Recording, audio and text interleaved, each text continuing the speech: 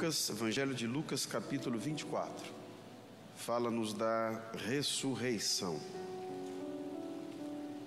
E no primeiro dia da semana, muito de madrugada, foram elas ao sepulcro, levando as especiarias que tinham preparado, e acharam a pedra removida do sepulcro, e entrando, elas não acharam o corpo do Senhor Jesus. E aconteceu que, estando elas perplexas e assustadas a esse respeito, eis que pararam junto delas 2 varões com vestes resplandecentes. E estando elas muito atemorizadas e abaixando o rosto para o chão, eles lhes disseram: por que buscais o vivente entre os mortos? Não está aqui, mas ressuscitou. Lembrai-vos como vos falou, estando ainda na Galiléia, dizendo: convém que o Filho do Homem seja entregue nas mãos de homens pecadores e seja crucificado, e ao terceiro dia ressuscite. E lembraram-se das suas palavras, e voltando do sepulcro, anunciaram todas estas coisas aos 11 e a todos os demais. E eram Maria Madalena, Joana e Maria, mãe de Tiago, e as outras que estavam com elas estavam, as quais tinham estado estas coisas aos apóstolos, diziam estas coisas aos apóstolos, e as suas palavras lhes pareciam como desvario, e não as creram. Pedro, porém, levantando-se, correu ao sepulcro, e abaixando-se, viu só os lençóis ali postos, e retirou-se, admirando consigo aquele caso. Vamos continuar a leitura. E eis que no mesmo dia iam 2 discípulos para uma aldeia que distava de Jerusalém 70 estádios, cujo nome era Emaús. E iam falando entre si de tudo aquilo que havia sucedido. E aconteceu que, indo eles falando entre si, fazendo perguntas um ao outro, o mesmo Jesus se aproximou e ia com eles. Mas os olhos deles estavam como que fechados, para que o não reconhecessem. E ele lhes disse: que palavras são essas que caminhando trocais entre vós, e por que estáis triste? E respondendo um cujo nome era Cleopas, disse-lhes: és tu só peregrino em Jerusalém, e não sabes as coisas que nela têm sucedido nesses dias? E ele lhes perguntou quais. E eles lhe disseram: as que dizem respeito a Jesus, o Nazareno, que foi varão profeta, poderoso em obras e em palavras, diante de Deus e de todo o povo. E como os principais dos sacerdotes e os nossos príncipes os entregaram à condenação de morte e o crucificaram, e nós esperávamos que fosse ele o que remisse Israel. Mas agora, sobre tudo isso, é já hoje o 3º dia desde que estas coisas aconteceram.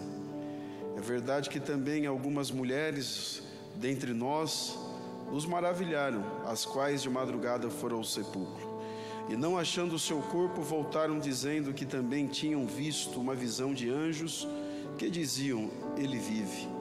E alguns dos que estavam conosco foram ao sepulcro e acharam ser assim como as mulheres haviam dito, porém a ele não viram. E ele lhes disse: ó nécios e tardos de coração, para crer tudo o que os profetas disseram. Porventura não convinha que o Cristo padecesse estas coisas e entrasse na sua glória? E começando por Moisés e por todos os profetas, explicava-lhes o que dele se achava em todas as Escrituras. E chegaram a uma aldeia para onde iam, e ele fez como quem ia para mais longe. E eles o constrangeram, dizendo: fica conosco, porque já é tarde, e já declinou o dia. E entrou para ficar com eles. E aconteceu que, estando com eles à mesa, tomando o pão, o abençoou e partiu e lhe deu. E abriram-se-lhes então os olhos e o conheceram. E ele desapareceu-lhes. E disseram um para o outro: porventura não ardia em nós o nosso coração, quando pelo caminho nos falava e quando nos abria as Escrituras? E na mesma hora, levantando-se, tornaram para Jerusalém e acharam congregado os 11 e os que estavam com eles, os quais diziam: ressuscitou verdadeiramente, o Senhor já apareceu a Simão. Pode dar um glória a Deus, não precisa nem de eu falar mais nada, né? Aqui nós já estamos no domingo. O Dr. Lucas está escrevendo o que aconteceu no domingo. A sexta-feira da paixão já se passou, o sábado do silêncio também, e agora é o domingo da ressurreição. É um momento muito marcante para a história. Jesus está vivo. Eu vou dizer isso de novo. Jesus está vivo. Aí na galeria, Jesus está vivo. Ele vive e vive para sempre. Se Jesus não estivesse vivo, não teria o porquê eu estar aqui nessa noite. Se Jesus não estivesse vivo, não teria a razão da nossa fé. Se Jesus não estivesse vivo, nós não teríamos esperança nenhuma. Se Jesus não estivesse vivo, nós não teríamos nenhuma esperança de um dia morar no céu. E por toda a eternidade também estaremos vivos com Ele para sempre. É um dia de reflexão, é um dia de gratidão, é um dia de alegria, é um dia que acontece depois de muitas dúvidas. Ontem eu estava pensando, como que não foi o sábado? Foi o sábado da insegurança, o sábado da incerteza, o sábado do silêncio. Ninguém tinha uma palavra. Na sexta-feira eles não acreditavam no que estava acontecendo, da crucificação, da via dolorosa. Na madrugada da quinta para a sexta-feira é a madrugada do interrogatório. Vai para Pilatos, vai para os políticos da época, e nenhum quer colocar a mão numa causa tão complicada, difícil. Lavam-se as mãos. O povo, extremamente irado, escolhe que fosse solto naquela ocasião o bandido mais perigoso da época, que era o Barrabás, e trocaram o nosso Jesus pelo Barrabás. E aí naquela noite que Jesus vai para lá e vem para cá, sendo açoitado, sofrendo as piores dores morais. A dor física não é tanto. Para quem já sofreu dor moral, você não tem noção a distância da dor física para a dor moral. A dor física não é nada. A dor física, um remédio às vezes resolve, um curativo às vezes resolve, o tempo às vezes resolve, mas a dor moral é difícil. Jesus cuspiram no rosto dele, esbofetearam, tripudiaram, machucaram, tiveram ódio de Jesus, chamaram ele de profeta de Beelzebu, dos demônios. E se não bastasse, colocaram uma coroa de espinho com os cravos que tinham 5 centímetros. E aqueles espinhos não ficava hoje aparecendo quando as pessoas iam uma coroa simples. Aquilo cravava no osso do crânio. Não era só na pele, no couro cabeludo. Era no osso, aquilo entrava dentro do osso. E bateram naquela espinha, naquela coroa, com pedaços de madeira, como se estivesse pregando um prego. Esbofetearam, crucificaram, e Jesus se entregou. Nunca se esqueça disso. Ninguém matou Jesus. Jesus se deu por mim e por você. Jesus não era fraco ao ponto de não poder se defender. Ele poderia ter se defendido, mas ele disse, como disse aqui o louvor que cantou, foi um cálice amargo. Ele disse: Pai, se for possível, passa de mim esse cálice, mas todavia seja feita a tua vontade. E aí Jesus está no madeiro, e ele diz: Eli, Eli, lama sabachthani. Pai meu, meu Pai, por que me desamparastes? Porque quando Jesus está na cruz morrendo, Deus dá as costas, porque ele não podia comungar com aquilo, ele não suportaria aquilo. Era Deus Santo envolvido e virando para uma cena de morte terrível e macabra, de maldito. Só morria naquela situação quem era maldito, o maior amaldiçoado da época morreria naquela situação.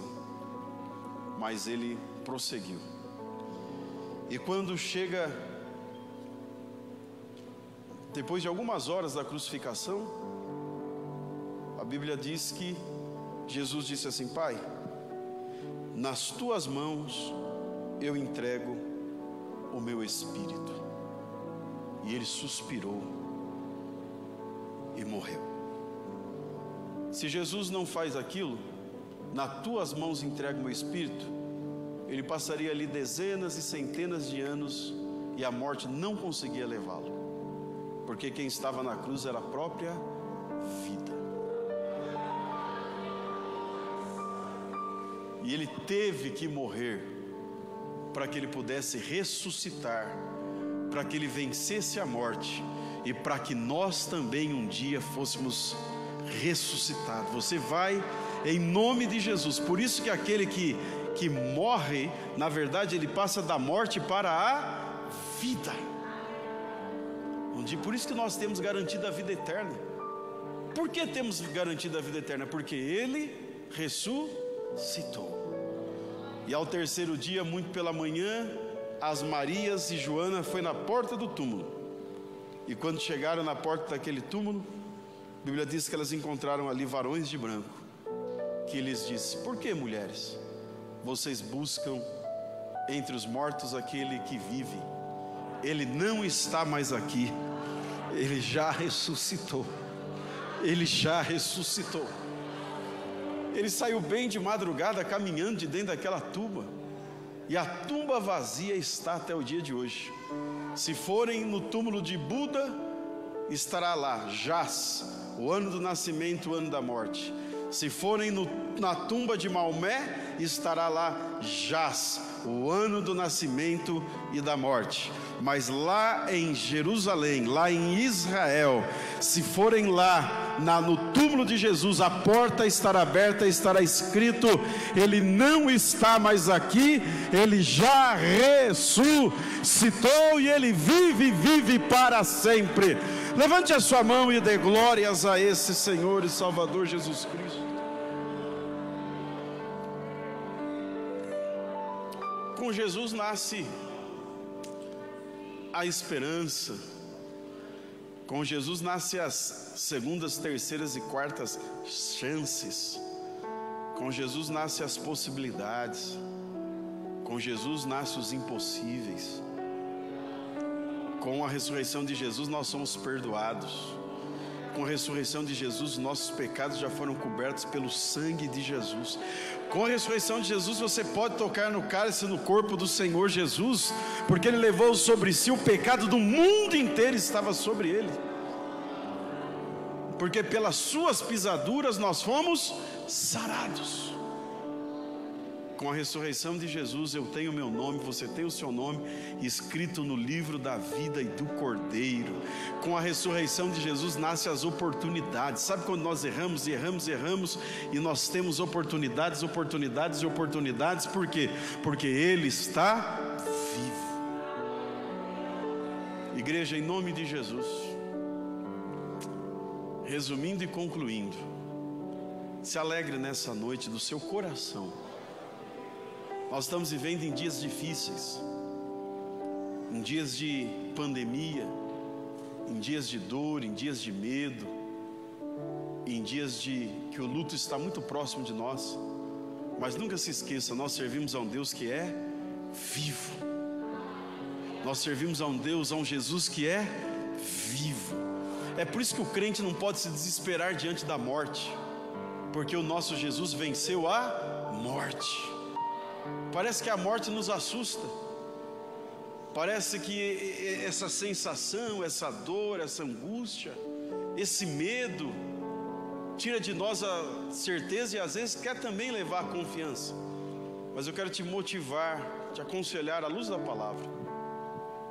Não se envolva, não se dobre diante disso.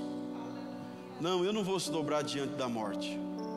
Eu não vou se dobrar. Se dobrar não é ignorar, não eu vou ignorar tudo isso. Não, eu estou extremamente consciente de tudo que está acontecendo.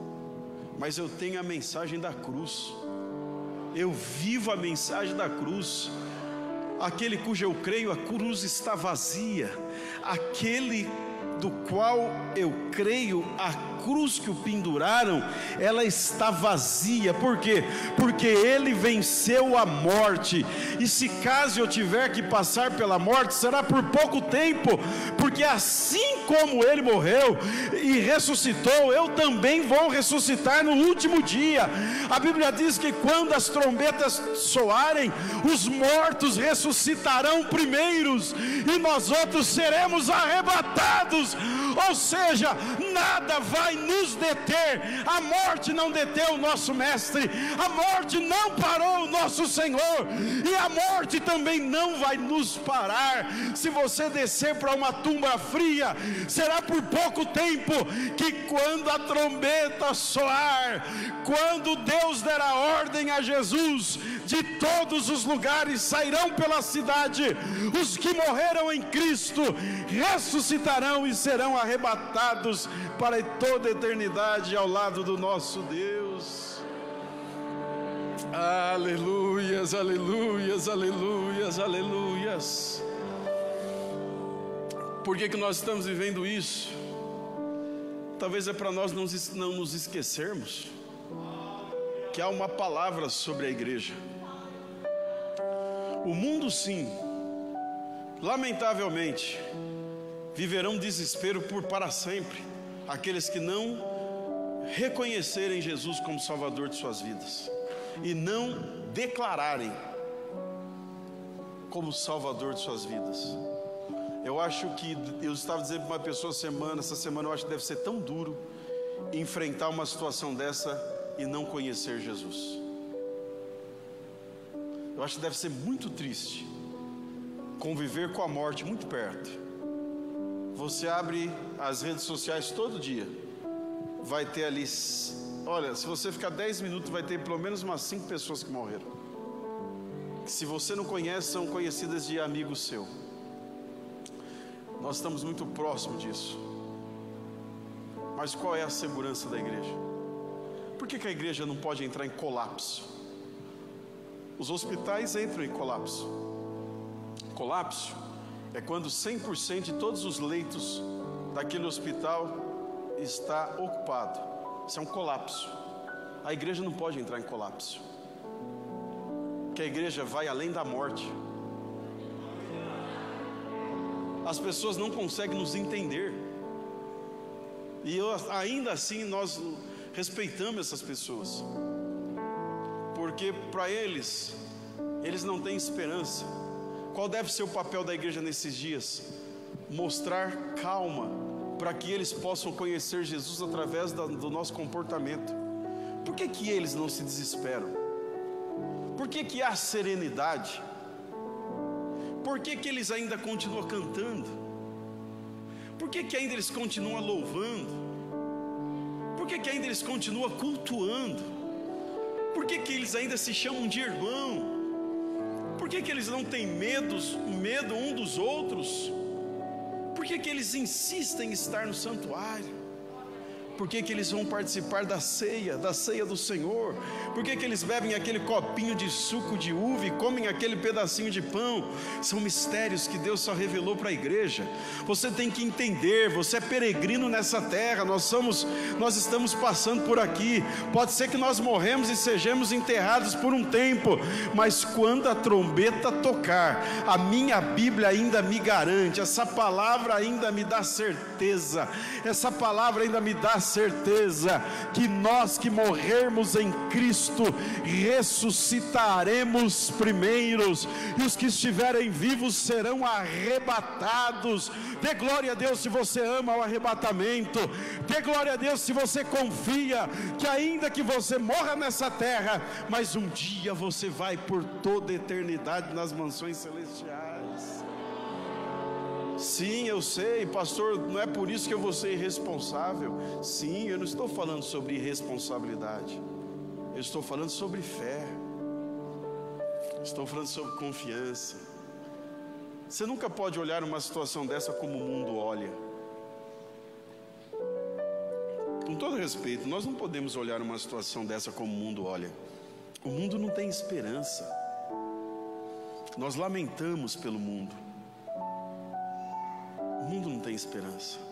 Hoje nós celebramos o dia mais importante que os cristãos celebram, a Páscoa. A travessia, a saída, a liberdade, a ressurreição. Povo no Egito, os hebreus e as hebreias, depois de 420 anos sofrendo nas mãos dos faraós como escravos, queimando e construindo tijolos, e houve a orientação naquele dia: vocês essa noite vão comer o cordeiro assado e com ervas amargosas. Essa é a minha Páscoa. Vocês sairão daqui para nunca mais voltar para o Egito.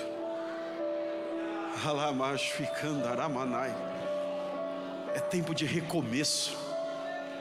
Irmão, em nome de Jesus, pegue essa noite como recomeço para a tua vida.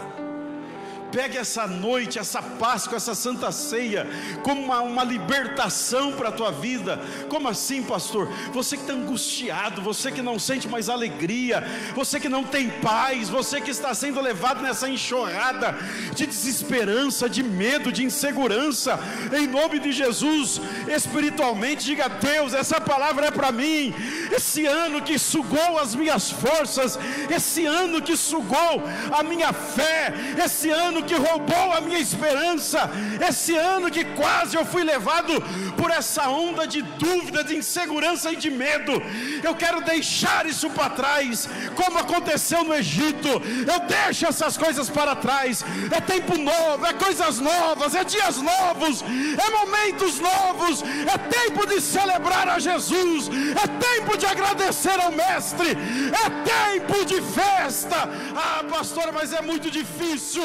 Mas é tempo de festa. Mas qual é o motivo da nossa festa? É que Ele está vivo, é que Ele está vivo, é que Ele está vivo e vive para sempre.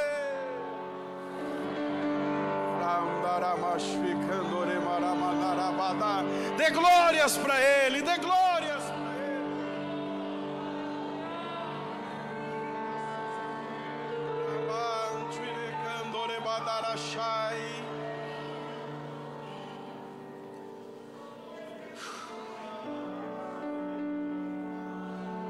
Pastor, e os que foram nessa época e que servem a Jesus, se Ele pudesse dizer para você, se Ele pudesse falar para você: pastor, aonde eles estão? Eles estão no estado de glória.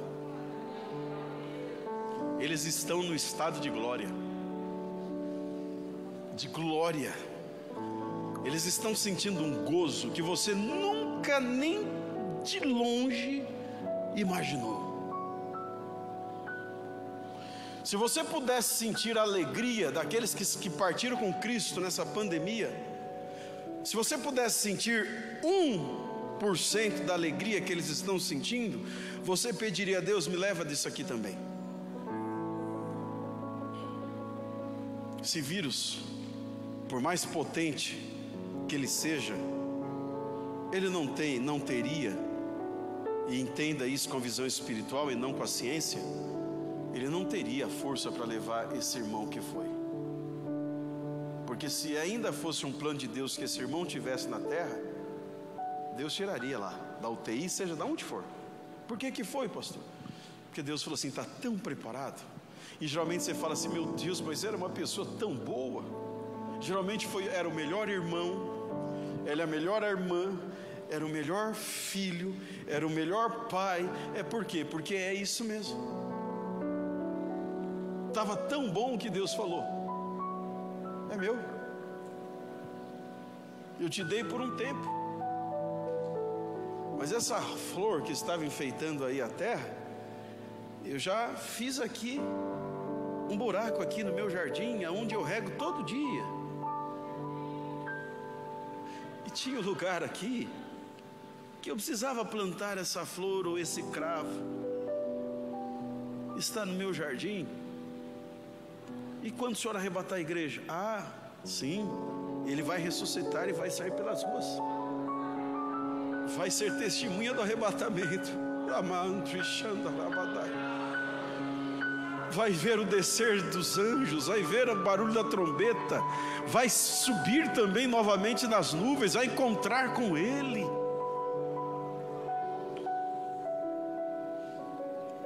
A igreja nunca perdeu. Você perdeu a companhia de alguém que você amava, mas o céu não. Você perdeu a companhia de um ente querido, mas a glória. Quero pedir a você que fique em pé por causa do horário, eu não posso mais.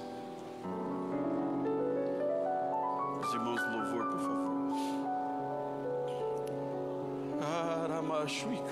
Quantas lágrimas eu estou vendo aqui.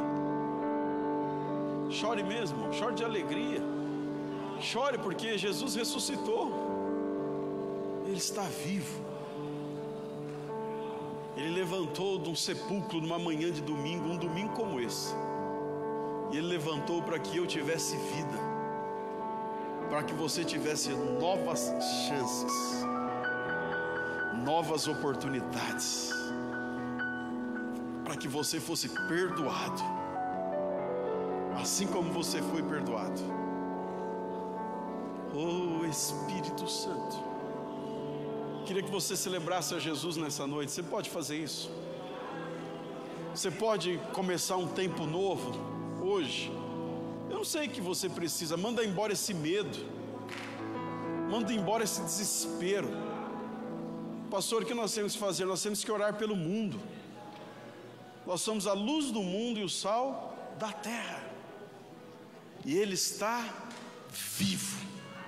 Ele está vivo. Ele está, Jesus está e vivo para. Aplauda Ele nessa noite. Ora, macho e candore badahai. Vamos lá. Oh, aleluia. Você pode orar, feche os seus olhos. Espírito Santo, nós te agradecemos, nós te louvamos, porque o nosso Mestre vive, e vive para sempre. Celebre Ele agora, diga palavras do seu coração, diga palavras de adoração a Ele.